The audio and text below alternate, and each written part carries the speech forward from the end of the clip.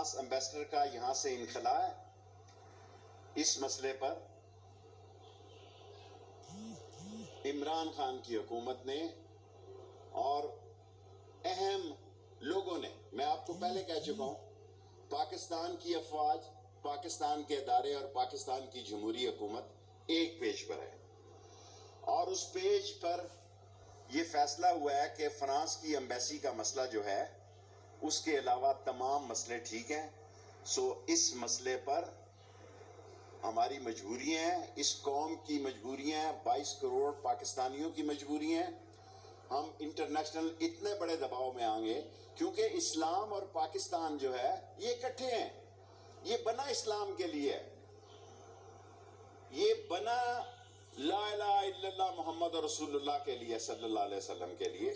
اور اگر اس کے مسلمانوں پر دنیا کا دباؤ، دنیا میں اسلام میں کیا ہوا جی؟ کیا ہوا لیبیا میں؟ کیا ہوا عراق میں؟ کیا ہوا سیریا میں؟ کیا ہوا یمن میں؟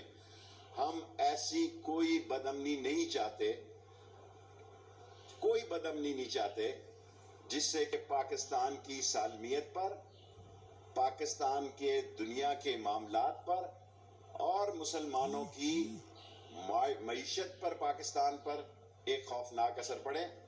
سو آج 5 منٹ کی پریس کانفرنس نہیں، 3 منٹ کی کافی ہے.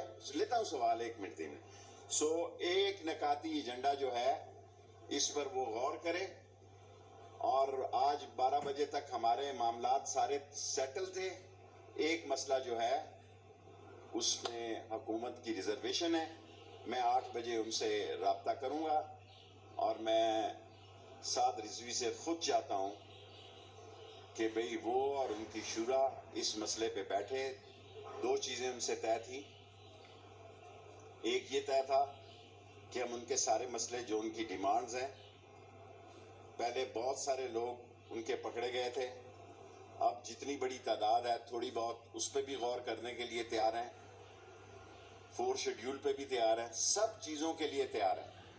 لیکن جو ان کا ٹاپ نمبر 1 ڈیمانڈ ہے کہ فرانس ایمبیسی اور فرانس کا انخلا، یہ ہمارے لیے مشکلات میں ہے. 4 دن کے بعد پھر جو انہوں نے احتجاج کرنا ہے.